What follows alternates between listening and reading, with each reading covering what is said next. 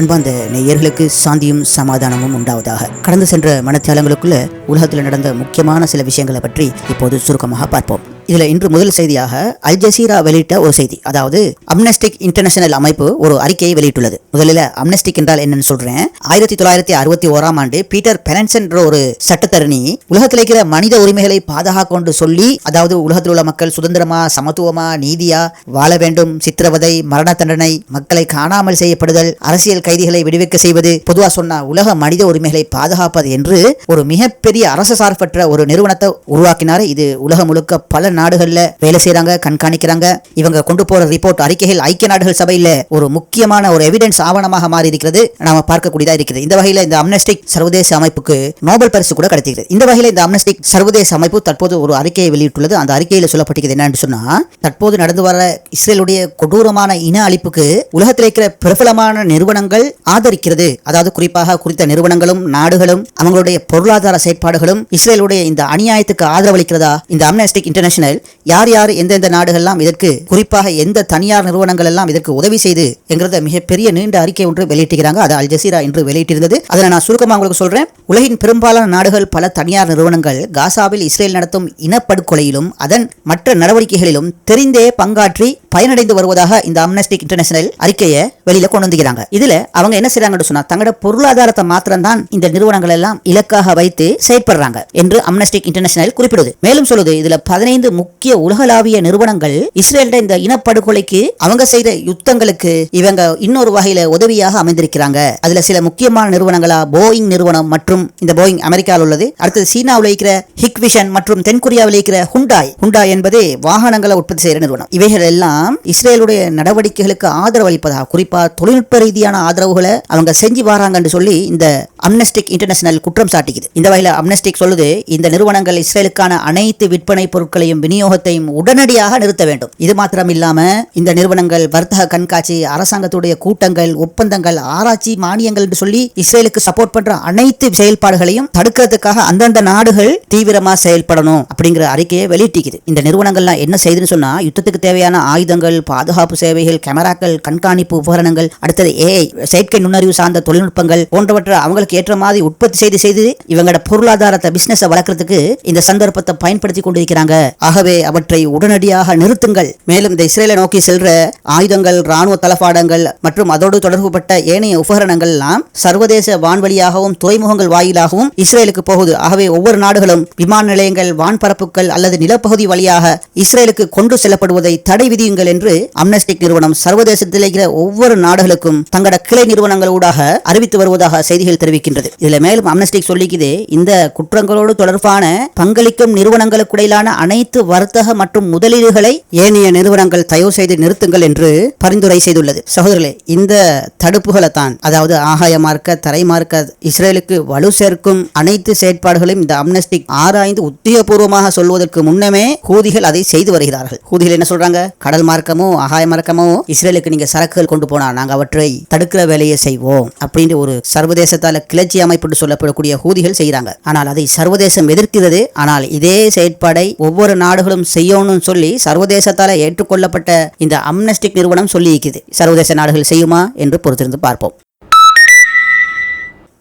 அடுத்த செய்தியாக, காசாவில் நடந்து வர கொடூர நிலைமையை பார்த்து மறுபடியும் ஐக்கிய நாடுகள் சபையில் இந்த யுத்தத்தை எப்படியாவது நிறுத்துவோம் சொல்லி ஐநா பாதுகாப்பு கவுன்சிலுக்கு பிரேரணையை கொண்டு வராங்க. ஒவ்வொரு முறையும் இந்த யுத்தத்தை நிறுத்தி பேச்சுவார்த்தை மூலம் தீர்வு காணணும் சொல்லி ஐநா பாதுகாப்பு கவுன்சிலில் பிரேரணை முன்வைத்தாலும் அமெரிக்கா உட்பட சில நாடுகள் அதை எதிர்ப்பு தெரிவித்து, குறிப்பாக அமெரிக்கா தங்களுடைய வீட்டோ பவரை பாவித்து ஒவ்வொரு பிரேரணையும் தோற்கடிக்க செய்து. இந்த வகையில உங்களுக்கு தெரியும், ஐநாவுடைய பாதுகாப்பு கவுன்சிலில் 15 உறுப்பு நாடுகள் இருக்குது. அதுல உலகத்துல பவர்ஃபுல்லான நாடுன்னு சொல்ற அமெரிக்கா, ரஷ்யா, சீனா, பிரான்ஸ், அடுத்தது ஐக்கிய ராஜ்யம், யூகே, இந்த நாடுகள் நிரந்தரமா இருக்கும். இவங்கெல்லாம் வீட்டோ பவர் உள்ள நாடு. இதை தவிர மற்ற நாடுகள் எல்லாம், அதாவது 5 நாடுகள் நிரந்தரமா இருக்க, அது தவிர ஏனைய 10 நாடுகள் ஒவ்வொரு 2 வருஷத்துக்கு ஒருக்கா மாறிக்கொண்டே இருக்கும். இந்த 2 வருஷத்துக்கு 10 நாடுகள் இருக்கும். இன்னும் அடுத்த 2 வருஷத்துக்கு பிறகு வேற 10 நாடுகள் அதுக்குள்ள வரும். ஆகவே மொத்தமா 15 நாடுகள். இந்த நாடுகள் எல்லாம் சேர்ந்து ஒரு தீர்மானம் எடுப்பாங்க. அந்த தீர்மானம் எடுத்தால் உலகத்தில் அதனை நடைமுறைப்படுத்தி ஆக வேண்டும். இது ஐக்கிய நாடுகள் சபையுடைய பாதுகாப்பு கவுன்சில். ஆனால் வீட்டோ பவர் கொண்ட 5 நாடுகள் ஏதாவது ஒரு நாடு அந்த தீர்மானத்தை எதிர்த்தால் கொண்டு வரப்பட்ட பிரேரணையை குப்பையில வீச வேண்டித்தான். இந்த வகையில காசாவுக்குள்ள யுத்த நிறுத்தம் வேண்டும் என்று சொல்லி அடிக்கடி பிரேரணைகள் கொண்டு வரப்படும் போது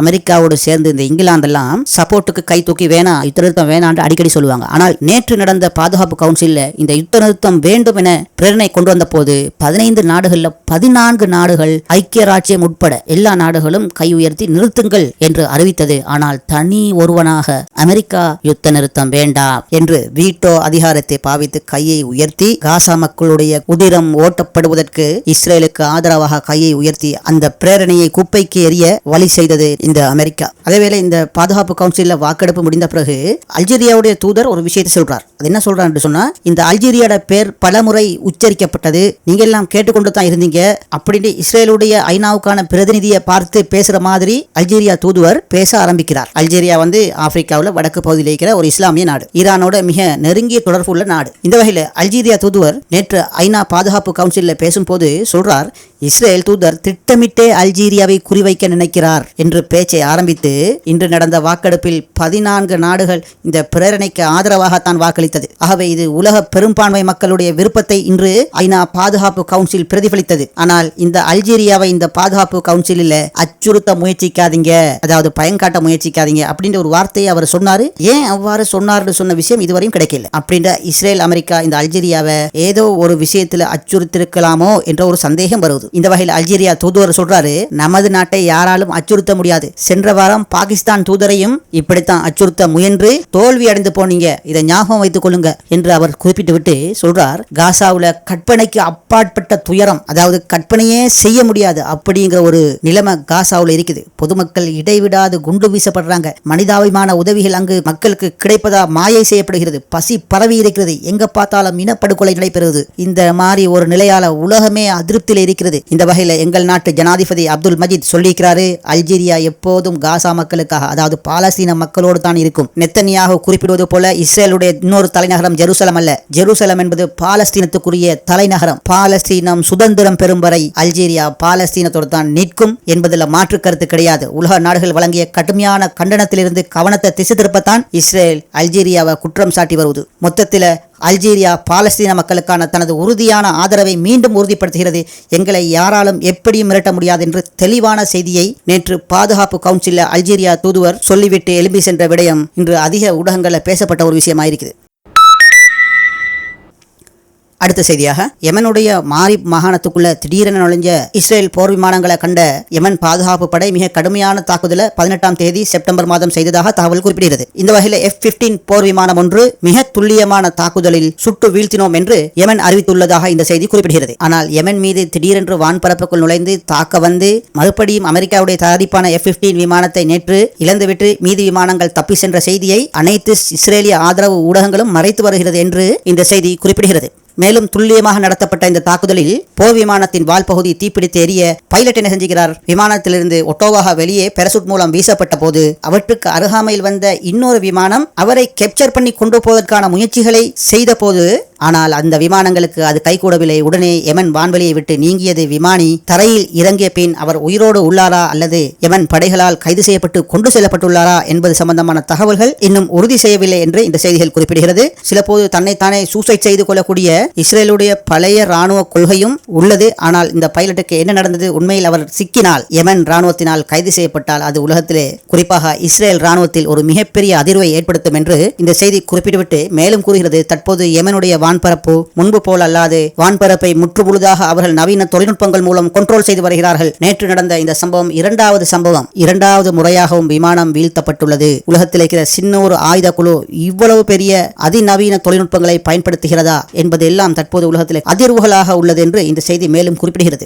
இதனைத் தொடர்ந்து இன்னொரு செய்தி குறிப்பிடுகிறது, தற்போது யமன் ஹூதிகள் டெல் அவீவை நோக்கி ஹைப்பர்சோனிக் தாக்குதலை மேற்கொண்டுள்ளதாக அறிவித்துள்ளதாக இந்த செய்தி குறிப்பிடுகிறது. இவை மாத்திரமில்லாமல் தெற்கு இஸ்ரேலில் உள்ள ரோமன் சர்வதேச விமான நிலையத்தை நோக்கி ட்ரோன் தாக்குதலை துல்லியமாக செய்ததாகவும், மேலும் யமனுடைய பல்தலை ஏவுகணையை பயன்படுத்தி அதே பகுதியில் உள்ள குடியிருப்பு பகுதியில் உள்ள அடிக்கட்டுமானங்கள், அதாவது தொலைத்தொடர்பு, நீர், போக்குவரத்து துறைகளை காசாவில் இஸ்ரேல் செய்யும் அதே வேளையை பொதுமக்கள் இருக்கும் தெற்கு இஸ்ரேலில் உள்ள குடியிருப்புகளின் அடித்தளங்களை குறிவைத்து வெற்றிகரமாக தாக்கினோம் என்று அறிவித்த செய்திகள் தற்போது வெளிவந்து கொண்டிருக்கிறது. இது பற்றி போர் வல்லுநர்கள் சொல்றாங்க, இது ஒரு பெரிய திருப்புமுனை. அதாவது ஒரு அரசாங்கம் அல்லாத ஒரு ஆயுத குழு உயர்மட்ட ஆயுதங்களை கொண்டு இந்த அளவு எல்லை தாண்டிய தாக்குதல்களை நடத்துறாங்க. இஸ்ரேலுடைய அனைத்து வான் பாதுகாப்புகளும் தோல்வி அடைந்துள்ளது. இஸ்ரேலின் பாதுகாப்பு கேள்விக்குறியான நிலைக்கு மாறிவிட்டது. யெமன் என்பது தற்போது இஸ்ரேலுக்கு மிகப்பெரிய தலையிடியாக சர்வதேச இராணுவ வல்லுநர்கள் கருத்து தெரிவிப்பதாக இந்த செய்திகள் குறிப்பிடுகிறது.